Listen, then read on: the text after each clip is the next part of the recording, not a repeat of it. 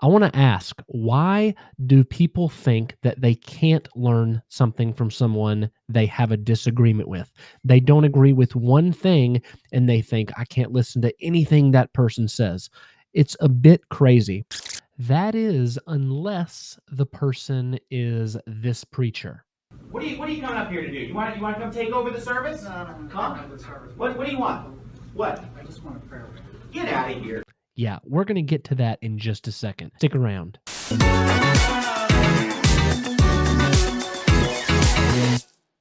I grew up in a small Baptist church, and I remember there were times that the pastor would say something, and I was like, that doesn't seem completely right. Maybe it wasn't biblical or non-biblical, but there were things he said, like I remember there was a huge emphasis on food.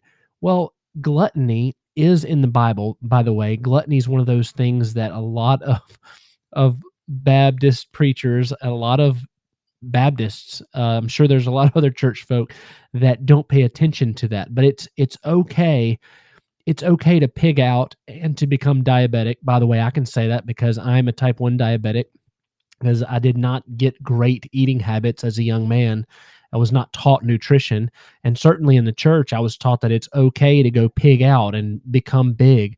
You know, I had a pastor that was large and always talked about eating fried chicken and being unhealthy, but he sure did preach against the things like drinking.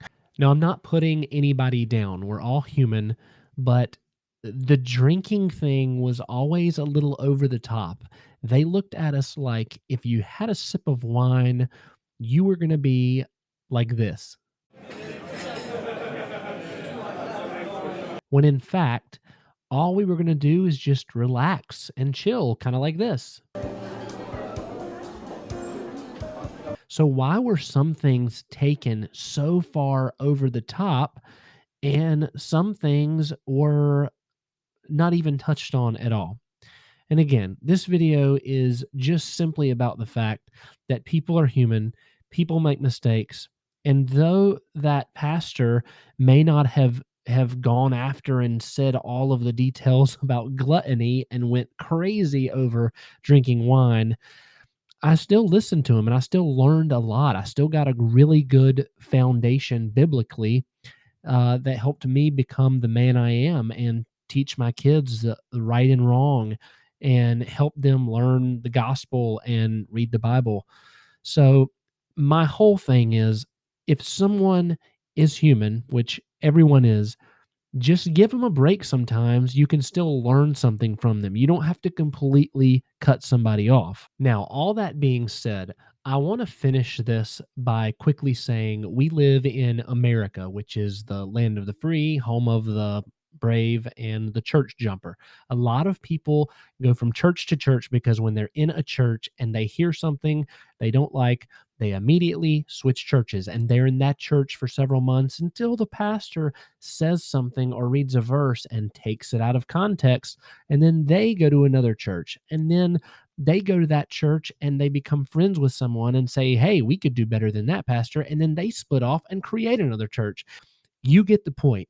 People go after what they think they want and they go after what they believe. I only say that because people's beliefs sometimes change, and you have to determine for yourself what that is and take everything with a grain of salt. Just because you're sitting under someone, listening to someone, someone's teaching you or coaching you, or someone is your pastor and they say something you disagree with, it doesn't mean they're a bad person. It doesn't mean that you can't learn from them and take what they say and apply it to your life. And if there's something they say that you disagree with, oh well, you disagree with it. Now, before I go, I do have to say there are people that you're not going to agree with. Their values are so far off base from what you believe, you're just not going to agree with them. And those people typically you need to run from. Just like when the preacher, what's his name, Steve Anderson, kicked someone out of his church for wanting prayer.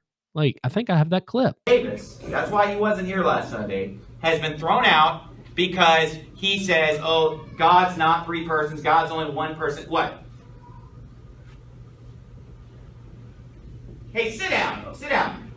What are you coming up here to do? You want to come take over the service? No, Huh? the service. What do you want? What? I just want a prayer. Get out of here. No, you can't. You're breaking the law You right get out now of by here. stopping this Get him service. out of here. Understand? Drag this bozo out. Pull him out. Hey, help him out. Get him out. Walk in the zone and we'll get him out of here real quick.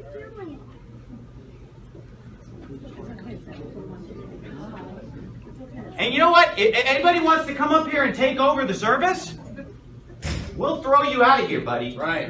This church is not a free-for-all. This isn't an open mic. This isn't a karaoke bar. Okay? I'm the man of God here. I meet the qualifications. I run this church. And if you don't like it, then get out. This is not some church where every first-time visitor and brand new believer and people who've never even read the Bible are going to come up and take over the service. Not happening. Okay? If you want that kind of watered-down leadership, go to some house church with your Amish buddies and sit around the coffee table. Okay, where is the house church and where are my Amish buddies? That's what I want to know, because I would immediately get up and leave. Who wants to be in an atmosphere like that? Unfortunately, there are a few of those, and you don't want to be anywhere near those. Somebody like that, you're never going to agree with. It's oppressive. It's negative. You can't even come up for prayer. I mean, he's talking about how it's a church, but it's not really a church. That's called a dictatorship.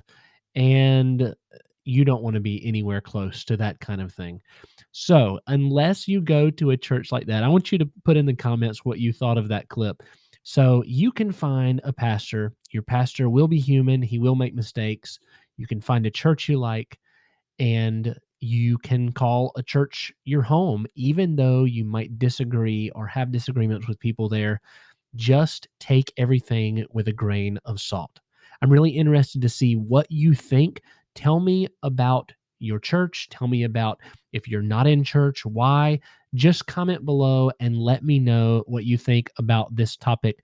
Subscribe if you like my videos. I can't wait to talk to you again soon.